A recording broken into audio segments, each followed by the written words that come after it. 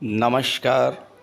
बहुत स्वागत है आप सभी दर्शकों का धनु राशि के लिए जुलाई 2026 राशिफल के इस वीडियो में। ऐसा मौका फिर नहीं मिलेगा। Growth, peace and prosperity. जी हाँ, मैंने थंबनेल में ऐसा ही लिखा है क्योंकि जुलाई का माह एक ऐसा माह होने जा रहा है जिसमें वैश्विक स्तर पर चल रहे संघर्ष और युद्ध की स्थिति से राहत मिलने जा रही है। और जब शांति होती है तो ग्रोथ के नए नए अवसर मिलते हैं और फिर प्रॉस्पेरिटी आती है, समृद्धि आती है, संपन्नता आती है। और इसका बड़ा कारण है जुलाई में ग्रहों का गोचर। ग्रहों के सेनापति मंगल, जो युद्ध के कारक माने जाते हैं, जुलाई माह में शुक्र की राशि में गोचर करेंगे, शांत रहेंगे। और आपने देखा भी होगा कि 21 जून को जैसे ही मंगल वृषभ में आए हैं, उसी के बाद से वैश्विक स्तर पर शांति का माहौल बनने लगा है। दूसरी महत्वपूर्ण बात, गुरु अपनी उच्च राशि में गोचर करेंगे और गुरु शनि का बहुत गहरा संबंध बन रहा है जुलाई में। गुरु जैसे शुभ ग्रह का प्रभाव मंगल शनि पर पड़ने से आपके जीवन की परेशानियां दूर होंगी और सुख, समृद्धि और संपन्नता में भी वृद्धि होगी। तो धनु राशि के लिए जुलाई 2026 किन खुशियों की सौगात लेकर आ रहा है, इसी पर चर्चा करेंगे इस वीडियो में। ये विश्लेषण आपकी चंद्र राशि के आधार पर किया जा रहा है। तो ये है धनु राशि के जातकों की कुंडली। आपके राशि के स्वामी हैं देवगुरु बृहस्पति, और देवगुरु बृहस्पति अपनी उच्च की राशि में अष्टम भाव में गोचर कर रहे हैं। और सूर्यदेव जो कि सप्तम भाव में हैं, 16 जुलाई को अष्टम में आ जाएंगे। यहाँ पर मैं JS लिख दे रहा हूँ। J for Jupiter, S for sun. सूर्य और गुरु की युति 16 जुलाई के बाद अष्टम भाव में बनेगी। यहाँ पर गोचर करते हुए गुरु की दृष्टि शनि पर पड़ेगी, गुरु की दृष्टि 12वें भाव पर पड़ेगी, गुरु की दृष्टि 10वें भाव पर पड़ेगी। और मंगल, जो कि आपके लिए प्रबल योग कारक हैं, 6ठे भाव में गोचर कर रहे हैं शुक्र की राशि में। और मंगल की दृष्टि भी 12वें भाव पर पड़ रही है। 12वें भाव पर गुरु और मंगल का डबल ट्रांजिट इफेक्ट रहेगा। गुरु और मंगल दोनों की दृष्टि 12वें भाव पर पड़ेगी। अब देखिए, अभी तक मंगल अशांत थे। इससे पहले मेष राशि में थे, अग्नि तत्व राशि, अग्नि तत्व ग्रह। तो यहाँ पर अत्यधिक अशांत रहे मंगल। शनि, इसके पहले शनि के साथ रहे और इसके पहले राहु के साथ रहे, अंगारक योग बना। तो लगभग 4-4.5 महीनों से मंगल लगातार अशांत रहे हैं। और अब 21 जनवरी के बाद मंगल जब 6ठे भाव में आए हैं शुक्र की राशि में, तो अब मंगल शांत रहेंगे। यानी कहने का अर्थ ये हुआ कि पिछले 4-4.5 महीनों से आपने जितना परिश्रम किया, जितना एफर्ट किया, जितनी मेहनत करी, और उसका जो रिज़ल्ट आपको मिलना चाहिए था लेकिन नहीं मिल पाया अब तक, अब वो रिज़ल्ट आपको मंगल के यहाँ पर 6ठे भाव में आने के बाद प्राप्त होगा। सबसे बड़ा कार्य होगा विदेश संबंधी कार्य। जो लोग विदेश जाना चाहते थे, पासपोर्ट या वीज़ा से रिलेटेड जो प्रॉब्लम जिनके साथ चल रही थी, वो प्रॉब्लम सॉर्ट आउट होंगी, क्योंकि सूर्यदेव भाग्येश होकर के गुरु के साथ गोचर कर रहे हैं। और सूर्य की दृष्टि भी धन के भाव पर है, गुरु की दृष्टि भाग्य के भाव पर है, और सूर्य भाग्येश हैं। भाग्येश के साथ गुरु, जो कि आपके लग्नेश हैं, इनकी युति बन रही है। भाग्य के स्वामी और लग्न के स्वामी दोनों एक साथ हैं। भले ही अष्टम भाव में हैं, लेकिन यहाँ पर गुरु और सूर्य दोनों ही ऐसे प्लेनेट हैं जो 8वें भाव में भी आपको अच्छा फल देते हैं। सूर्य को गुरु को अष्टम का दोष नहीं लगता है। अब यहाँ पर सूर्य और गुरु दोनों ही गवर्नमेंट को रिप्रेजेंट करते हैं और मंगल की दृष्टि भाग्य के भाव पर पड़ रही है, सूर्य की राशि पर। तो यहाँ पर गवर्नमेंट से जुड़े हुए जो कार्य आपके हैं, खासकर विदेश संबंधी जो कार्य हैं, वह कार्य आपके पूरे होंगे। और 7 जुलाई को वक्री अवस्था में बुध यहाँ पर आ जाएंगे सप्तम भाव में अपनी ही राशि में, और यहाँ पर बुध भद्र महापुरुष राजयोग का योग निर्माण करेंगे। बुध आपकी कुंडली में दशम भाव के भी स्वामी हैं, यानी आपके करियर, प्रोफेशन और बिजनेस तीनों के लिए बुध का गोचर बेहद अनुकूल रहेगा। आपकी बौद्धिक क्षमता, निर्णय लेने की क्षमता अत्यंत तीव्र होगी। और तीसरे भाव में राहु का गोचर है, राहु की दृष्टि बुध पर पड़ेगी। अब देखिए, राहु को खराब प्लेनेट माना जाता है, लेकिन राहु ही वो प्लेनेट है जो आपको आउट ऑफ बॉक्स थिंकिंग दे सकता है। लकीर के फ़कीर नहीं, जो दुनिया कर रही है उससे हट करके कुछ नया करने की जो सोच है वो आपको राहु ही दे सकता है।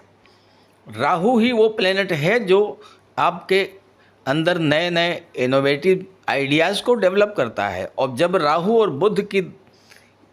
राहु की दृष्टि बुध पर पड़ेगी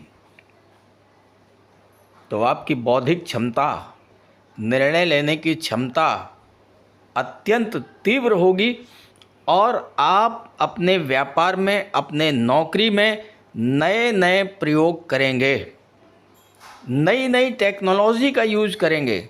राहु और बुध दोनों ही इंटरनेट को, आईटी सेक्टर को रिप्रेजेंट करते हैं, और जब दोनों का संबंध बनेगा 7वें भाव में, तो आप अपने बिजनेस को, अपनी नौकरी को, अपने प्रोफेशन को इंटरनेट और आईटी से जोड़ करके जब विदेशों से व्यापार को बढ़ाएंगे, एक्सपोर्ट इंपोर्ट का व्यापार बढ़ाएंगे, तो ये जुलाई का महीना आपको पिछले 4-4.5 महीनों में आपने जो एफर्ट्स किए उनका प्रतिफल देने जा रहा है।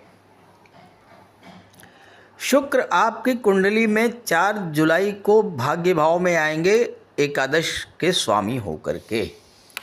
लाभ के स्वामी जब भाग्य में आएंगे तो भाग्य के साथ भाग्य का सपोर्ट और लाभ की प्राप्ति। 11वां भाव आपकी इच्छा पूर्ति को दर्शाता है, और यहाँ पर केतु के साथ हैं शुक्र, और राहु की दृष्टि भी है शुक्र पर। तीनों ही मित्र हैं। केतु बुलंदी को शो करते हैं, शुक्र धन, वैभव, ऐश्वर्य, सुख, आपकी इच्छा पूर्ति, ये सब शुक्र दर्शाते हैं। और केतु और राहु के प्रभाव से आपकी इच्छाओं की पूर्ति शुक्र करने जा रहे हैं जुलाई के महीने में। वो इच्छाएं जो बहुत दिनों से आपकी अधूरी थीं और आप उनको पूरा करने का बहुत प्रयास कर रहे थे, लेकिन वो इच्छाएं आपकी पूरी नहीं हो पा रही थीं, वो इच्छाएं इस गोचर काल में आपकी पूरी होने जा रही हैं। और किस तरह की इच्छाएं? 9वें भाव में शुक्र और केतु बैठे हुए हैं। 9वें भाव के स्वामी सूर्य हैं, गुरु के साथ बैठे हैं, दृष्टि 12वें भाव पर है। 9वां भाव उच्च शिक्षा का होता है। मंगल पंचम के स्वामी हैं जो कि शिक्षा का होता है। तो उच्च शिक्षा के लिए विदेश जाने का योग, किसी अच्छे इंस्टीट्यूट में एडमिशन का योग, हॉस्टल में एडमिशन लेने का योग, किसी अच्छी स्ट्रीम में पढ़ाई करने का योग जुलाई के महीने में बनने जा रहा है। बात करें शनि और गुरु के संबंध के बारे में, क्योंकि शनि और गुरु का भी बहुत गहरा संबंध बन रहा है इस गोचर काल में। पहली बात, शनि गुरु की राशि में, गुरु शनि के नक्षत्र में परिवर्तन योग बन रहा है। तो शनि चौथे भाव की रक्षा करेंगे, गुरु 8वें भाव की रक्षा करेंगे। गुरु जब 8वें भाव की रक्षा करेंगे तो क्या करेंगे? पहला कार्य तो ये होगा कि आपके जीवन में जो भी परेशानी, जो भी संकट, जो मुसीबत आने वाली है उससे आपकी सुरक्षा करेंगे।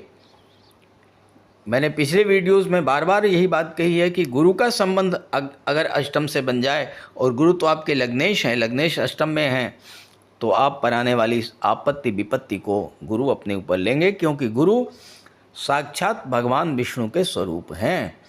तो भगवान विष्णु आपकी रक्षा करेंगे। और जो लोग ज्योतिष, तंत्र, मंत्र, रिसर्च के फील्ड से जुड़े हुए हैं, उनके लिए गुरु और सूर्य का गोचर बेहद अनुकूल फल देने वाला है। शनि पर गुरु की दृष्टि पड़ रही है और शनि चौथे भाव में बैठे हुए हैं। चौथे भाव का शनि प्रॉपर्टी देता है। भले ही आपके जीवन में ढैया चल रही है, लेकिन शनि एक ऐसे प्लेनेट हैं जो 7.5 में भी, ढैया में भी कुछ ना कुछ दे करके ज़रूर जाते हैं। ये बात अलग है कि अगर आपकी जन्म कुंडली में ही शनि खराब हुए तो फिर आपको अच्छा फल नहीं मिल पाएगा, लेकिन अगर जन्म कुंडली में शनि का प्लेसमेंट अच्छा है तो ढैया हो चाहे 7.5 हो, शनि आपको प्रॉपर्टी और वाहन दे करके जाते हैं। और धनु राशि के वो जातक जिनकी प्रॉपर्टी या वाहन से संबंधित कोई पुरानी इच्छा अधूरी है, उस इच्छा को इस समय पूरे करने जा रहे हैं शनि और शुक्र दोनों मिल कर के। और इसमें राहु का पूरा सपोर्ट रहेगा। मंगल आपके लिए प्रबल योग कारक है, भाग्य पर दृष्टि है, सूर्य की राशि, मित्र की राशि पर मंगल की दृष्टि है, तो मंगल आपका भाग्योदय कराएंगे। पंचम के स्वामी हैं, शिक्षा और संतान को लेकर के आपकी इच्छाएं पूरी होंगी। और जो लोग शेयर मार्केट से जुड़े हुए हैं, इस समय राहु की दृष्टि 11वें भाव पर पड़ रही है और मंगल 12वें भाव को देख रहे हैं। 6ठे भाव में मंगल शत्रुहंता कहे जाते हैं, अनबीटेबल होते हैं। 6ठे भाव में मंगल अगर है तो आपको कोई हरा नहीं सकता। और पंचम के स्वामी है, पंचम भाव शेयर मार्केट का है। जो जातक शेयर मार्केट से जुड़े हुए हैं, क्योंकि इसके स्वामी शुक्र हैं और भाग्य के भाव में बैठे हैं, तो इस समय आपकी किस्मत आपका साथ देगी और आपको शेयर मार्केट से बहुत अच्छा पैसा मिलने का योग बन रहा है। अचानक धन लाभ हो सकता है, लेकिन निवेश करने से पहले किसी फाइनेंशियल एडवाइज़र की राय ज़रूर लीजिएगा। तो इस तरह के लाभ आपको जुलाई में मिलने जा रहे हैं। इस गोचर का लाभ उठाइए और विष्णु सहस्त्र नाम का नियमित रूप से पाठ कीजिए। अगर हो सके तो गुरुवार का व्रत रखिए, हनुमान चालीसा का प्रतिदिन पाठ कीजिए, सूर्यदेव को जल अर्पित कीजिए। ये सब उपाय करेंगे तो फिर ये महीना आपके लिए बेहद शुभ और लाभ देने वाला है। अब प्रश्न ये है कि क्या सभी धनु राशि के जातकों को एक जैसा ही फल प्राप्त होगा? तो ऐसा तो बिल्कुल भी संभव नहीं है, क्योंकि धनु राशि के 1-2 नहीं करोड़ों जातक हैं। तो अगर आप अपनी जन्म कुंडली के आधार पर जानना चाहते हैं कि आपको किस तरह का फल प्राप्त होगा या आपके जीवन में जो समस्याएं हैं उनका क्या ज्योतिषी समाधान है, तो इसके लिए इसी वीडियो के डिस्क्रिप्शन बॉक्स में मैंने व्हाट्सअप नंबर दे दिया है अपना। स्क्रीन पर भी मैं अपना नंबर लिख दे रहा हूँ, 9058144128। आप इस नंबर पर संपर्क कर सकते हैं। नमस्कार।